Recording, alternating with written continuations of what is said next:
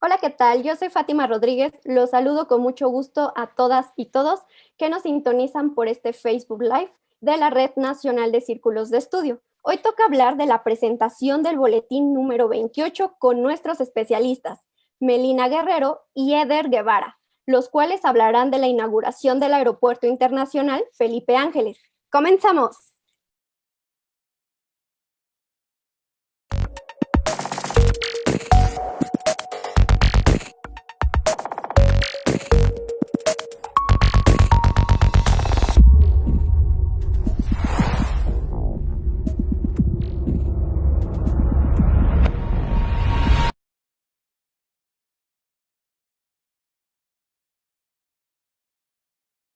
Les doy la cordial bienvenida en nombre de la RENACE y del Instituto Nacional de Formación Política. Les comento que ya está en todas nuestras redes sociales la 28ª edición de nuestro boletín informativo. Dicho esto, del boletín que trae como contenido todo lo relacionado a la inauguración del Aeropuerto Internacional Felipe Ángeles. Y antes de pasar con Melida y con Eder, pasemos a leer este boletín. Muy bien. El lunes 21 de marzo se inauguró la primera gran obra emblemática de la 4T, el Aeropuerto Internacional Felipe Ángeles. En el evento estuvieron presentes el presidente AMLO, Andrés Manuel López Obrador, los gobernadores de la Ciudad de México, Estado de México e Hidalgo, así como los altos mandos militares. El AIFA es una obra que inició su proceso de construcción justo después de cancelar el proyecto neoliberal del nuevo Aeropuerto Internacional de la Ciudad de México. El costo estimado de este proyecto era de 300,000 millones de pesos, aunque era habitual que los costos de los proyectos se triplicaran por la corrupción. El AIFA, en cambio, costó 75,000 millones de pesos, considerando que se pagaron casi 100,000 millones de pesos a las empresas contratistas y 75,000 más para liquidar convenios. Con todo, el AIFA representó un ahorro de más de 125,000 millones de pesos, con lo cual se está financiando el 70% del Tren Maya. Con el AIFA se demuestra que es posible construir megaproyectos sin corrupción, cumpliendo compromisos y plazos con el pueblo de México. También de que es posible orientar los recursos del ejército mexicano para no reprimir al pueblo, sino para construir proyectos de infraestructura de importancia histórica. El AIFA representa también un bloque al despojo de tierras que desde el gobierno de Vicente Fox han resistido. Se evitó también la desventación del lago de Texcoco y los negocios de la especulación inmobiliaria que se harían con los terrenos del aeropuerto actual. También se impulsó la democracia participativa mediante la consulta popular realizada el 17 de octubre de 2018. En este contexto, es justo decir que el AIFA es una obra que tiene una enorme legitimidad y un respaldo popular. Sí a los megaproyectos construidos sin corrupción.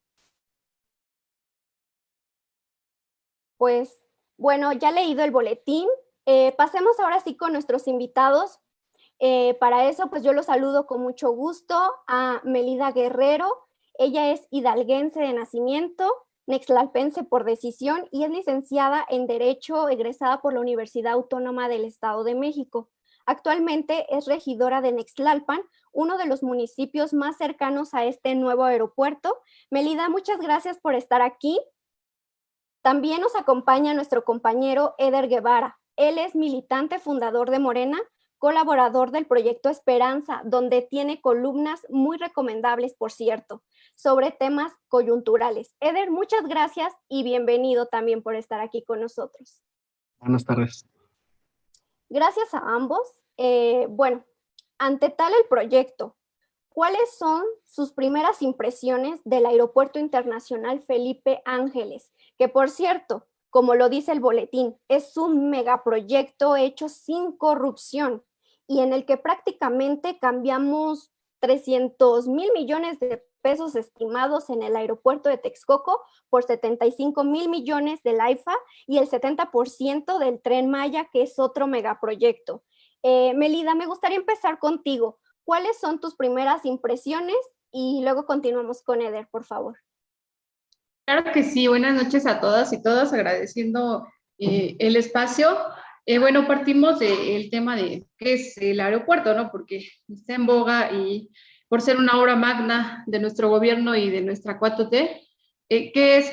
Pues es un proyecto con un verdadero sentido social. Este proyecto abarca 1,410 hectáreas.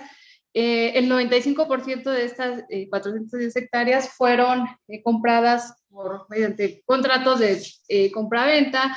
No hubo expropiación como en otros hechos que ya conocemos, como es el ejemplo de Atenco. Desde el primer momento hubo un diálogo con los ejidatarios, jamás hubo intermediarios, tampoco hubo una empresa como en los tiempos del neoliberalismo, vamos a llamarlo corrupción, que esas empresas obviamente controlaban pagos más baratos a quien podían y precios más altos pues a quien eran sus amigos, ¿no? Sin duda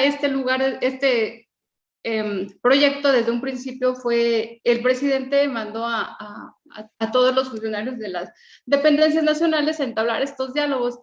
Ellos se acercan a mi municipio, que es donde está parte del aeropuerto, que es Mextlalpan, Zumpango y Tecámac, a hablar directamente con los ejidatarios. Desde este momento ellos están contentos porque jamás habían visto una situación de este tipo, donde el funcionario, el servidor público se acercara, ellos tiempo y les depositara directamente en una cuenta el dinero igualitario, de una forma pareja para todos, y desde ahí se da ese sentido de pertenencia donde ellos y nosotros, sin ser involucrados directamente, tengamos esta legitimidad, este sentido de pertenencia, y ya esos enjuagues, esos acuerdos sucios que existían en el pasado, se quedan a un lado. Acá las cosas fueron distintas. Desde el 2018, en diciembre, llegaron los servidores públicos a nivel federal para hacer la primera consulta el 10 de marzo del 19, donde todos manifestaron sus opiniones. Se crean mesas de diálogos relativas a todas las áreas, agua, infraestructura, etcétera, y donde en todos estos 3 años van llevando los mismos ejidatarios directamente con en las instancias federales todos sus acuerdos. Entonces, en primera instancia, tenemos, ¿no?, que estas parcelas que antes se expropiaban no soy pagados en tiempo y forma, dándole lugar a quien corresponde. El de la inauguración fue algo muy importante porque únicamente se invitan a presidentes municipales, integrantes de comisariados ejidales y a exejidatarios.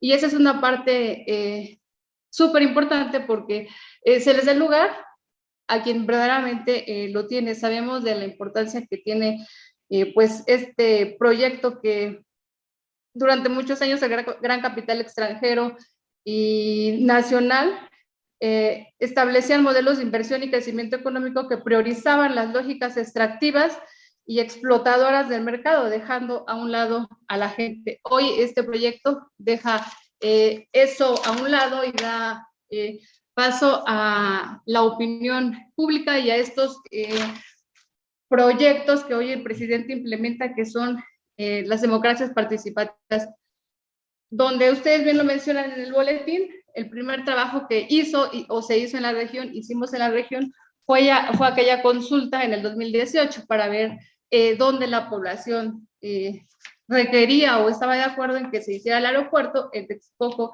o donde actualmente se encuentre, pues propiedad. Las mayorías decidieron y votaron para que fuera en el lugar donde hoy se encuentra. Eso rescatamos de esta primera parte, que es con verdadero sentido social, legitimando a la sociedad y dando esta parte del recurso, del sentido de pertenencia al Estado y a la población. Es cuanto, muchas gracias.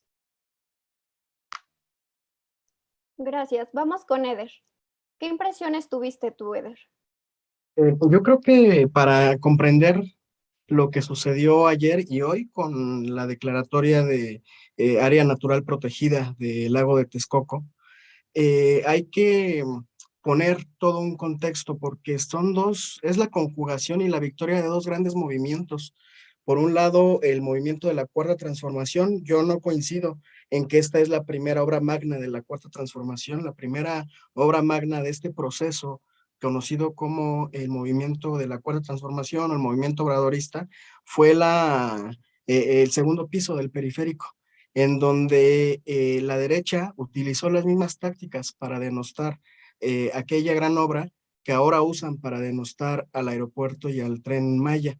Y además esa obra nos permitió ver el calado, la visión de Andrés Manuel, porque él marcó una pauta con el segundo piso y con el Metrobús, marcó una pauta de movilidad en donde atendía, por un lado, a los usuarios de los vehículos, pero también estaba dando solución muy práctica, muy eficaz a quienes transitamos cotidianamente en primera instancia de Indios Verdes hasta Ciudad Universitaria, que era una de las líneas, la línea verde del metro, que más se congestionaban. Entonces, marcó paradigma, tanto así que después otros estados de la República intentaron copiar, en algunos casos con éxito, en otros casos muy desastrosas las copias que intentaron hacer de las dos obras, a pesar de que en primera instancia las denostaron. Y eso desde entonces nos dejó ver Andrés Manuel López Obrador su capacidad como servidor público y como creador de infraestructura para beneficio de las grandes mayorías. Lo mismo en aquellas ocasiones, el segundo piso no fue concesionado, como después sí se concesionaron otras obras similares. El tren, el Metrobús, tampoco fue concesionado, se quedó a cargo del Estado, y también otras líneas del Metrobús sí fueron concesionadas en otras administraciones, y esa visión que él tiene de que el Estado es capaz de resolver y solo es el Estado el que va a priorizar el bienestar colectivo, porque los privados siempre priorizan y es su naturaleza y lo que sea es su naturaleza, pues ellos siempre priorizan el lucro, y cuando es un proyecto de la nación, se prioriza el bienestar colectivo del pueblo. Entonces, por eso Andrés Manuel lo ha hecho así, y por supuesto, ayer con esta gran obra es un proyecto integral, no solamente es el aeropuerto, las dos pistas que se están abriendo, sino ya lo comentaba Mel, la posibilidad de hacer una integración, una reintegración comunitaria en todos estos municipios, cuando hay mega obras como la que estaba preparando el neoliberalismo y sobre todo el grupo Atlacomulco ahí en Texcoco. Eso iban a aplastar a los ejidatarios, iban a aplastar a las comunidades, iban a reventar el tejido comunitario de toda la región de Texcoco, de Atenco, toda esa región que además es milenaria y tiene mucha cultura.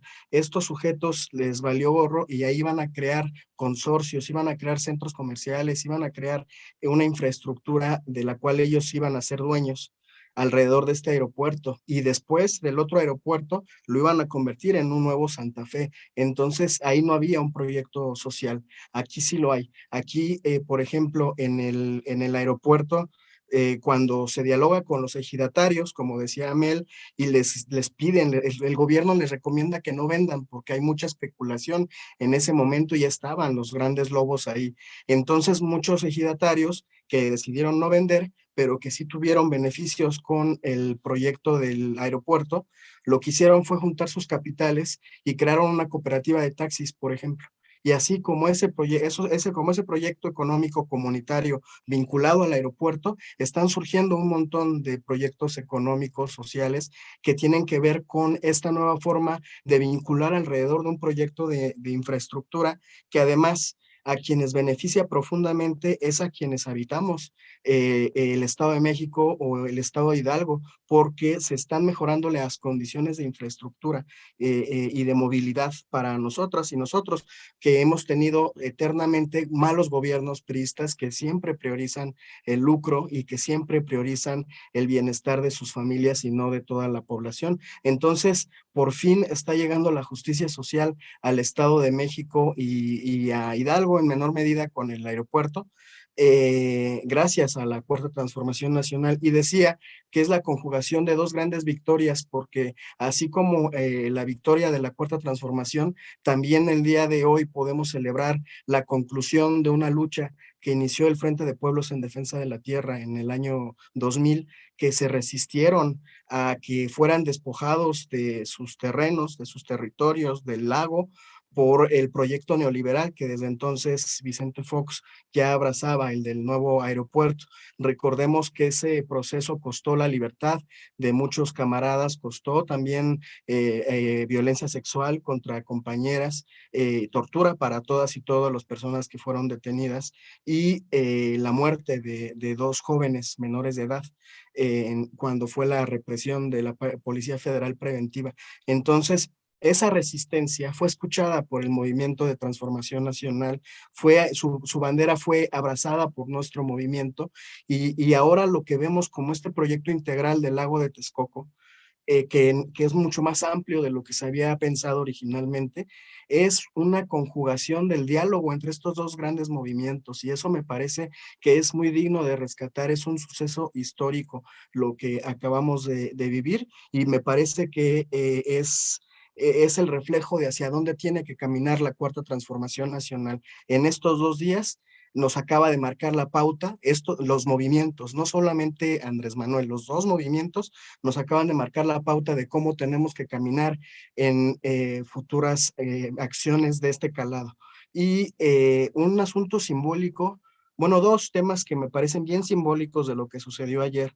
Por un lado, el pueblo apropiándose del aeropuerto, y la derecha enojadísima con su clasismo y su racismo, que no soportan que esos espacios que ellos consideraban exclusivos para ellos, ahora se están democratizando y ahora llega la gente, aunque de acuerdo a las estadísticas, el 70% de la población nunca se va a subir a un avión en México. Y sin embargo, esa población asume la construcción del aeropuerto como una victoria. No les importa si se van a subir o no. Para ellas y ellos es una victoria de la esperanza por la que han luchado por tanto tiempo. Y eso a mí me parece súper simbólico, súper representativo también de lo que es la Cuarta Transformación Nacional. Y la otra, que también tiene que ser ejemplo para toda la militancia, en la placa inaugural, como se había comprometido, nunca mencionan el nombre del presidente López Obrador.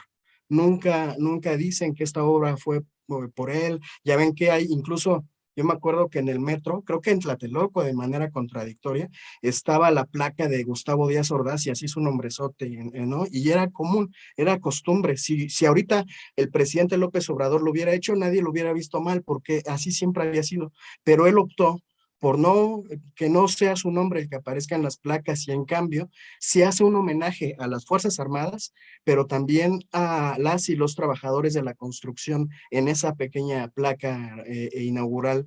Y eso me parece también muy representativo de un dirigente que sabe que su trascendencia no es porque su nombre esté apareciendo en todos lados, porque su busto se vaya a levantar en cada plaza de la República, sino por el corazón que le está poniendo a esta misión que él tiene dentro de la presidencia de la República. Y eso es de lo que se va a hablar a lo largo de la historia. Es tan humilde que no está promoviendo el culto a su personalidad, y me parece que eso es algo que toda la militancia tenemos que asumir como una enseñanza y como un compromiso real. Que no los procesos no siempre se tratan de nosotros, no son personales, no es un asunto individual, es un tema colectivo, y quien mejor lo sabe es el compañero Andrés Manuel López Obrador. Muchas gracias, Eder. Y bien, retomando un poquito, pues sí, tienes mucha razón. También se ha vuelto ya muy normal que ante avances que tiene la 4T, como en este caso es el Aeropuerto Internacional Felipe Ángeles, haya comentarios, yo diría también un tanto vulgares, y ya lo mencionabas tú, ¿no? Clasistas. Ahora tengo dos preguntas. ¿Ustedes creen que, pues, que esto les moleste a la oposición? O sea, ¿será que no es suyo y que por ende no lo puedan manejar? Como que afecta a sus intereses y sus negocios, porque pues si es así, tendríamos que recordar todo lo que esto fue, pues fue bajo una consulta popular, en donde el pueblo votó en contra del aeropuerto que pues estaban construyendo en Texcoco. Me gustaría escuchar en esta ocasión a Melina. ¿Tú qué piensas de este nuevo golpeteo mediático, esta vez enfocado con el aeropuerto? Sí, claro, de nueva cuenta con el permiso de los presentes, pues sin duda es una situación que molesta en gran medida. A mí me quiero rescatar la parte donde el compañero Eder menciona que es una parte integral, porque hoy todos estos beneficios llegan hasta el último rincón. Hay un proyecto que se llama Amazon, que es exactamente construir unas ensambladoras enormes y no ver qué hay más allá de... Aquí la molestia grande de la oposición es esa parte donde se sienta a las personas, a los ciudadanos, y se les pregunta qué requiere. Estamos llenos de unidades habitacionales. Tecámac tiene la más grande de Latinoamérica. Nosotros tenemos también unidades habitacionales de 10,000 y 5,000 viviendas, y esta parte viene a reintegrar el tejido social, porque hoy las personas se quedan en casa, porque a esas personas se les requirió sus necesidades y a todos se les tomó voz y voto. Por tanto, ¿por qué molesta esta situación a la oposición? Porque esas gestiones neoliberales que había, donde se desvinculaban de las necesidades no solo de la gente, sino también de los ecosistemas, hoy ya no existen. Hoy, con la cuarta transformación, con el trabajo del compañero presidente y de este gobierno de México, se pone en el centro la dimensión del desarrollo social con perspectiva a mediano y a largo plazo, y sobre todo que todos estos proyectos, aparte de ser benefactores, son amigables con el medio ambiente, son proyectos incluyentes en la planeación, en el territorio, donde se impulse el desarrollo no solamente económico, sino también el social, y algo muy importante, esta perspectiva de justicia social y espacial. Muy bien, gracias. Ahora, ¿tú qué piensas, Eder, de este nuevo golpeteo mediático enfocado en el aeropuerto? Es normal, hasta son predecibles los de la oposición, porque, insisto, eso mismo hicieron cuando el segundo piso del periférico, y parece que no conocen o no lo quieren reconocer a Andrés Manuel, y entonces pensaron que no se iba a cumplir, pensaron que iba a suceder lo que siempre sucedía con ellos, que al final dejan inconclusas las obras, pero las inauguran 2 o 3 veces y aumentan su costo 3 o 4 veces, ¿no? Pero también me parece que es normal su reacción, porque imagínense, era un negocio de miles de millones de pesos. O sea, era muchísimo el dinero que se iba a embolsar el grupo Atlacomulco y todos sus socios. Y al final se les cayó, y se les cayó porque la Cuarta Transformación puso en la mesa un proyecto que cambia el paradigma. El paradigma neoliberal es que mientras los de arriba estén muy bien, van a gotear, ¿no?, la riqueza, cosa que nunca sucedió, y que además muestran, es reflejo del desprecio que le tienen al pueblo. Y Andrés Manuel lo que dice es, no, no, a ver, para que el desarrollo sea integral, tiene que ser primero la base social, el grueso de la población quien se beneficie, y ya después la cúpula se va a ver beneficiada, porque el país va a estar en paz, la gente tendrá capacidad adquisitiva, porque tampoco nos estamos peleando. Nuestro movimiento a todas luces no es anticapitalista, entonces no les estamos declarando la guerra, ¿verdad? Pero para ellos sí lo asumen como una afrenta, asumen que sí les estamos declarando la guerra y que somos sus enemigos, porque pensaron que el gobierno, así como los aeropuertos, les pertenecían a ellos, que son recursos que son de su propiedad, y nosotros nada más teníamos que dedicarnos a obedecer y a asumir sus posturas y sus políticas. Entonces, para ellos sí somos enemigos, y por eso se ponen tan beligerantes, por eso están tan violentos, porque además tienen la frustración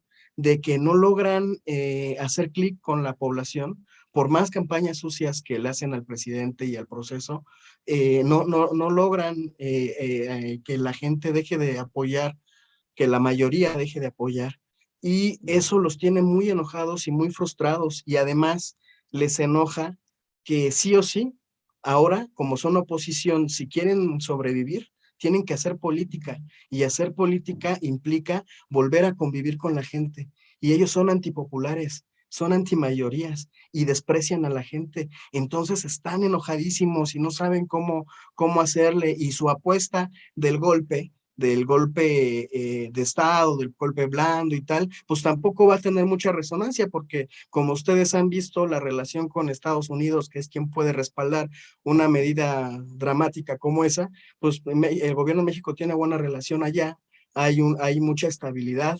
El gobierno del presidente López Obrador tiene tanta legitimidad a nivel mundial que difícilmente alguna nación se atrevería a respaldar un golpe, entonces no tienen estos personajes el consenso ni dentro ni fuera, y por eso están tan enojados y tan frustrados, y con obras como la de ayer, con símbolos como el que la gente tomara el aeropuerto e hiciera una verbena, así, como siempre las hacen en las manifestaciones, ¿no? A cada evento que hay del obradorismo, siempre llegan los compas a vender sus cosas y son también parte del movimiento. Pues hicieron una verbena ahí en el aeropuerto y eso ya los hizo explotar a estos racistas, clasistas, no vulgares, lo vulgar viene del pueblo, pero sí clasistas y racistas que no pueden con la idea de rozar con el pueblo. Muy bien dicho, Eder. Estaba aquí checando algunos comentarios, así que voy a pasar a leer algunos comentarios. Pues aquí principalmente hay saludos tanto para Eder como para Melida. Dice Mari Salazar, saludos cordiales desde la hermosa Cuautepec, Ciudad de México. Moni dice saludos, regidora Melida Guerrero. Mari Trujillo, saludos desde Coahuila. Aide Guerrero, saludos, gran trabajo por el municipio, para la gente, por parte de la regidora Melina. También Marco Zung nos manda saludos, Beatriz Domínguez, Jaime Vadillo, Roxana Maldonado también nos manda saludos desde Campeche. Y bueno, hay muchísimos más saludos que ya ni puedo terminar de leerlos, pero bueno, también mandan las felicitaciones, entonces no hay que olvidarnos también de, pues, de nuestra audiencia y también, ¿no? Pues comentar a todos los que nos ven y nos escuchan. Recuerden compartir este boletín, así como la presentación, porque es muy importante que todos sepan de este tema y estén también pues informados.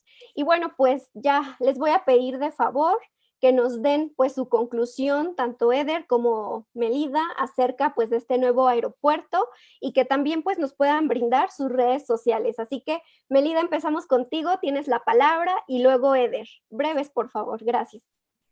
Claro, es que nos explayamos en la emoción y es todo. Concluir que es una obra del pueblo, para el pueblo, lo menciona el compañero Eder, fue un día de fiesta nacional, donde son bienvenidos inclusive la oposición, lo vamos a usar todos.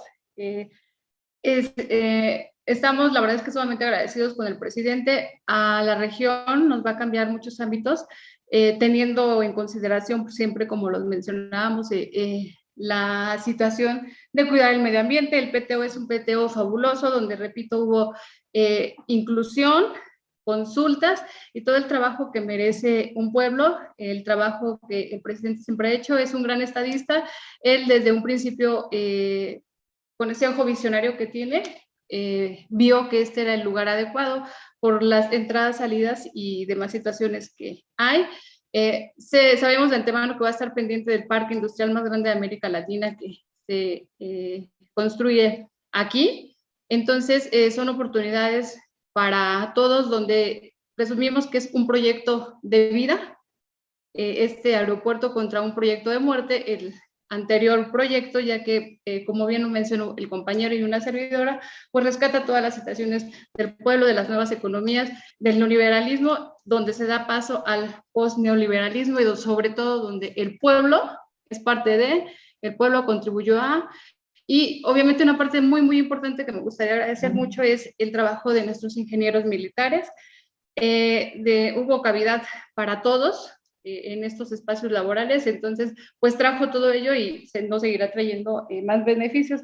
Resumimos que es eso, un proyecto de vida contra un proyecto de muerte, teniendo en cuenta pues todo lo que abarca la vida, ¿no? Que es, nos lleva a una situación de felicidad, que la felicidad es parte de esta justicia social. Es cuanto.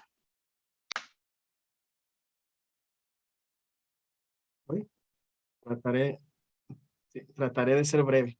Yo identifico dos círculos virtuosos. Uno, el de aquel movimiento que inició en la resistencia, el Frente de Pueblos en Defensa de la Tierra, con una bandera bien legítima de defensa de su territorio y del medio ambiente y a través por el lago de Texcoco, y que esa bandera sería retomada por un movimiento de regeneración nacional, un movimiento de transformación de la vida pública del país, y que después ese movimiento comenzaría ejercicios de democracia participativa para poder legitimar toda la defensa del lago, no solamente por la consulta popular en donde casi 2 millones elegimos el lago sobre el proyecto de muerte, sino también por todas las consultas populares que ahorita Mel les decía en las comunidades, que se han llegado a consensos para ver cómo cada comunidad, cada ejido, cada municipio se beneficia de este proyecto. Y al final, cerrando este círculo virtuoso, vemos como una herramienta que son las Fuerzas Armadas, es utilizada y consagrada para la reconstrucción nacional, para rescatar y concretar una bandera que surgió con el movimiento social, ese movimiento social que en su momento fue reprimido por la Policía Federal, por instrucciones del presidente de la República, Vicente Fox. Entonces, ahí hay un círculo virtuoso en donde los dos grandes movimientos le dan una reorientación y se regenera la institución militar para poder llevar a cabo esta mega obra de infraestructura. Y el otro círculo virtuoso que también lo vemos en el Tren Maya es la cantidad de descubrimientos paleontológicos que se han hecho en el aeropuerto Felipe Ángeles, y la cantidad de descubrimientos mayenses que se han hecho en la región del sureste mexicano